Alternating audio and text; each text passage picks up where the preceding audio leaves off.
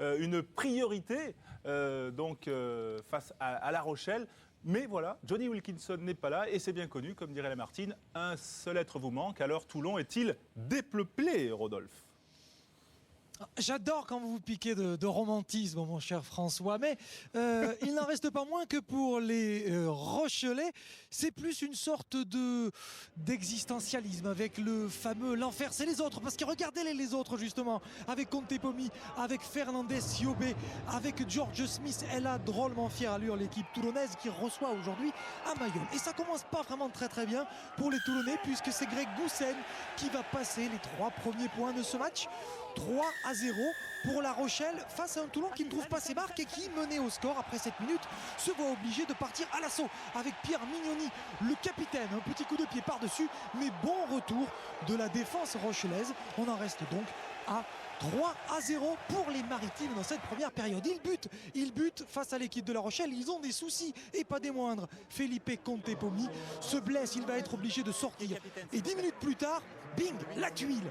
Une autre tuile cette fois-ci. C'est Pierre Mignoni, le demi de mêlée, qui sort blessé. Il n'y a plus de charnière titulaire au rugby club toulonnais. Du coup, après une demi-heure, eh bien, c'est drôlement préoccupant pour l'équipe de Toulon. D'autant que les Toulonnais se mettent à la faute et que Greg Goussen, l'ancien joueur du Racing, passe 3 points de plus. 6-0 pour la petite histoire. Depuis la saison 73-74, ils n'ont pas gagné à Mayol. Ces joueurs de La Rochelle sont-ils en train de faire le bon coup? Ils sont invaincus depuis le début de cette saison, les Rochelais, avec des matchs en Coupe d'Europe et des matchs en championnat de France. Eh bien, ils jouent le va-tout jusqu'au bout avec beaucoup d'assurance et jusqu'à ce drop à la dernière minute de la première mi-temps. 9-0 à la pause. Il y a quelque chose qui ne va pas du côté de Toulon, beaucoup de précipitations et surtout beaucoup d'erreurs, de fautes de main. Ce qui est certain, c'est que le bateau tangue et il menace même de couler. En deuxième période, ça ne va pas fort puisque Tom May, le remplaçant du demi d'ouverture titulaire Felipe Conte Pomi, va rater une pénalité. On en reste toujours à 9-0 pour l'équipe de La Rochelle. C'est la colère pour Philippe Saint-André.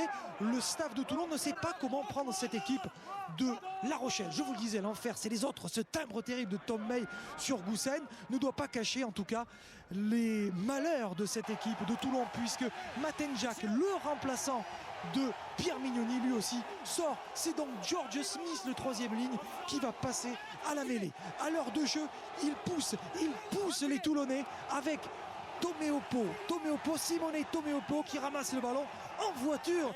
Simone qui va aller marquer cet essai qui va permettre à l'équipe de Toulon d'inscrire un essai. Mais il y a reprise vidéo. Écoutez l'arbitre de cette partie.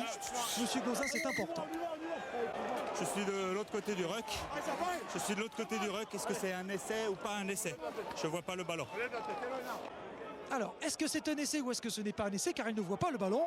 Et c'est bien prévisible puisqu'il y a 2 joueurs sur la balle et là du coup il va falloir s'assurer que le ballon a surtout bien passé la ligne. Philippe Aunour, l'arbitre vidéo, est en communication avec l'arbitre de centre. Le ballon est aplati après la ligne. Si c'est ça ton doute, tu dois accorder l'essai. Ok, donc alors je reformule. Y a-t-il une raison de ne pas accorder cet essai? Et avec la nouvelle reformulation de la question, c'est beaucoup plus facile. Essai accordé.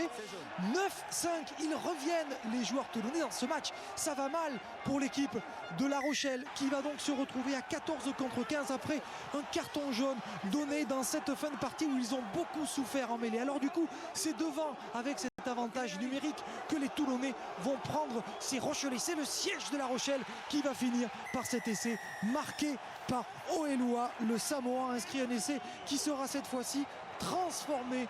12 points à 9 à la 72e minute. Jusqu'à la fin de la partie, ils vont trembler ces Toulonnais. Parce que si vous faites bien le compte, il manque toujours un essai pour obtenir le point de bonus offensif. Ils vont buter jusqu'au bout sur une défense de La Rochelle qui ne voudra pas céder jusqu'à cette dernière minute de la partie. Avec ce dernier ballon, l'essai du point de bonus offensif tend les bras aux Toulonnais, passe à l'extérieur et Jean-Charles Orioli vendange l'occasion de mettre ce point de bonus, cette victoire à 5 points. David Darry-Carrère, le coach de La Rochelle, souffle, il est rassuré parce que pour La Rochelle, c'est avant tout un point de bonus défensif qui est récupéré de ce voyage à Mayol. Et oui, le 4e bonus défensif des Rochelais. Quelle belle performance donc pour le promu qui a failli